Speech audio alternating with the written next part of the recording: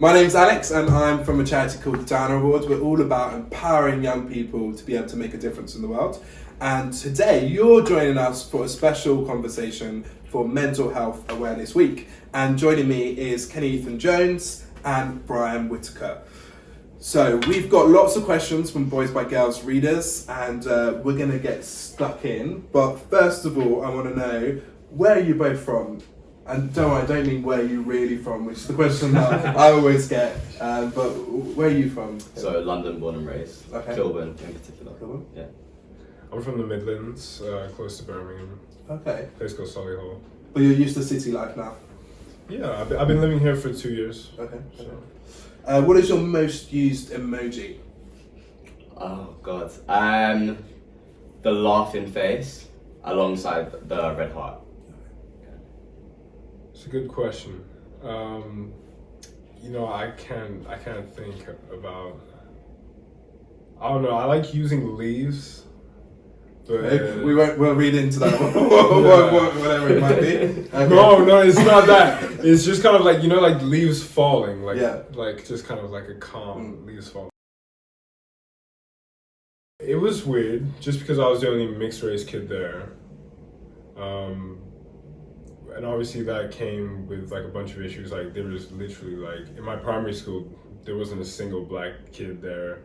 My mom was like the only black person in the village. So Primary school was pretty cool for me. I think that was when I was most myself. I think as a child, I didn't understand the meaning of gender. I just understood me as a human being. So that was like opened me up to like being more playful, and I didn't have this like boundaries that we have now as an adult. Secondary school was a bit more difficult because I realized that I was transgender. So like coming out and like working my way through that. I also went to an all-girls school that was Catholic, and I wouldn't really classify myself as religious. It was just that it was the best school at the time for me to attend to. So being in that situation was it was difficult. In terms of how that ties into like my race, my school's quite diverse, both schools. So it wasn't really something of like concern. It just being like trans in an all-girls school was my real concern.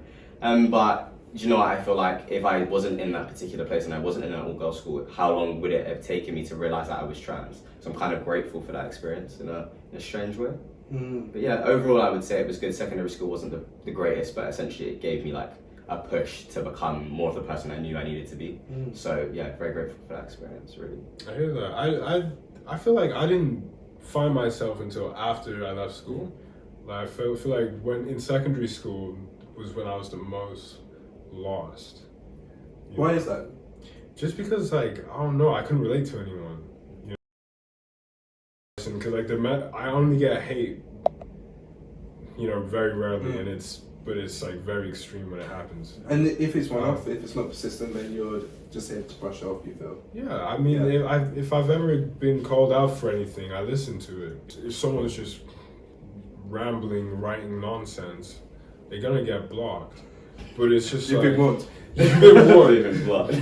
Don't come here with that nonsense. But the thing is, even if someone has already said something, even if you block them, you're still like going to be feeling some type of way. So like the bigger thing is to learn how to deal with these kind of things beforehand, and to have that kind of self-love and security in yourself, to not allow those comments to get to you. How are you getting in terms of negativity, and I suppose particularly for people who are watching this, and then it may be that hate is against a protected characteristic. Like, how do you deal with that? I think that the biggest thing to just say here is like boundaries. If blocking and deleting someone, if this abuse is online, blocking and deleting someone is like number one on my list of things to do. If you have the strength and you want to give your emotional labor, maybe explain to that person why they have done something wrong, or do you know what I mean? Like, that's my preferred route. But that takes a lot if you're consistently doing it. Again, like having a great support system around you, especially like if you're like questioning your gender or maybe your sexuality, and that's why you're, or even being a person of color, like whatever it is you're being discriminated for, maybe have more of those friends that you can discuss. Just so you don't feel like you're the only one, because I guarantee you're not the only one that's experiencing this kind of abuse. And having like, I know it sounds weird, but solidarity within that sometimes can put you at ease, because it's easy to feel like you are the target of this particular abuse, but I guarantee that there are other people that are going through like a similar situation to yourself. Absolutely. And another question that Boys by Girls readers really wanted to know is how do you deal with, and I'm reading this as well, clear out toxic people from your life? That was their particular clear out. This comes back to self-love and valuing your time. Your time is important. Toxicity from the outside is like, you're not in my circle. Like, you don't. It's easy to remove that, because that you're not important to me. You have no value to me. So, but when it's in your circle is when it's serious for me. And I think you just have to have a conversation with that person, because chances are they need to hear that they're toxic. So like you might have to tell them like, look, I've been trying to give you advice. I want to see you in a better place, but it's extremely draining on me to have to be dealing with this all. And last question, how do both of you maintain good mental health or positive mental health? Like, what are some of the things that you find work really well for both of you?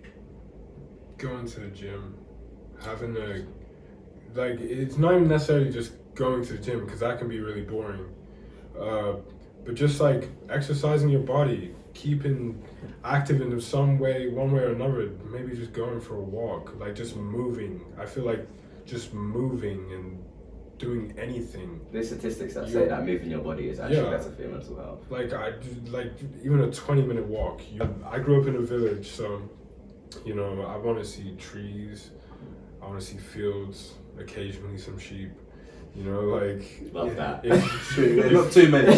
Just a few here and there. Sheep here and there. They're toxic. You gotta clear them out sometimes. No, but like if you could do that once a month or once every few months even, and just recharge, really take that day. Brian's top tip: see sheep. See sheep.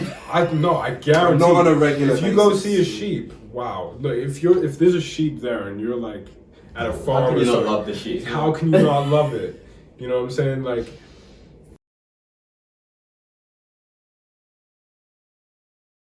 definitely fitness, like moving your body, whatever way that is.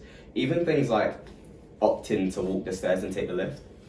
Just like that movement in your body's always been good. I find being around nature, particularly water, I've experienced a lot of grief, and apparently being around water is like helpful for that. So essentially mental health as a whole. Knowing when to take time for myself is like one of my biggest things. Like it's easy to be like locked into the system and consistently feeling like you're on this merry-go-round. So knowing when to like disconnect, even from your phone, friends, relationships, whatever it be. That's like a key part. And other than that, I think like just checking in with myself once in a while. I feel like it's easy to be taking so much information about how much of your thoughts are actually you. So it comes down to like disconnecting. But yeah, checking in with me once in a while and how Kenny's actually doing.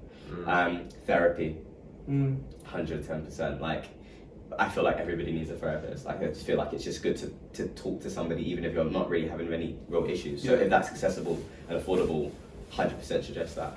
And knowing when to spend time with people. Because again, essentially on the backside of disconnecting, sometimes I do it for too long. And I don't think it's good for me to like be in my own head essentially for too long. So knowing those friends, to be around the ones that make you feel like a lighter spirit, bring out the best in you, that is so good for your mental health.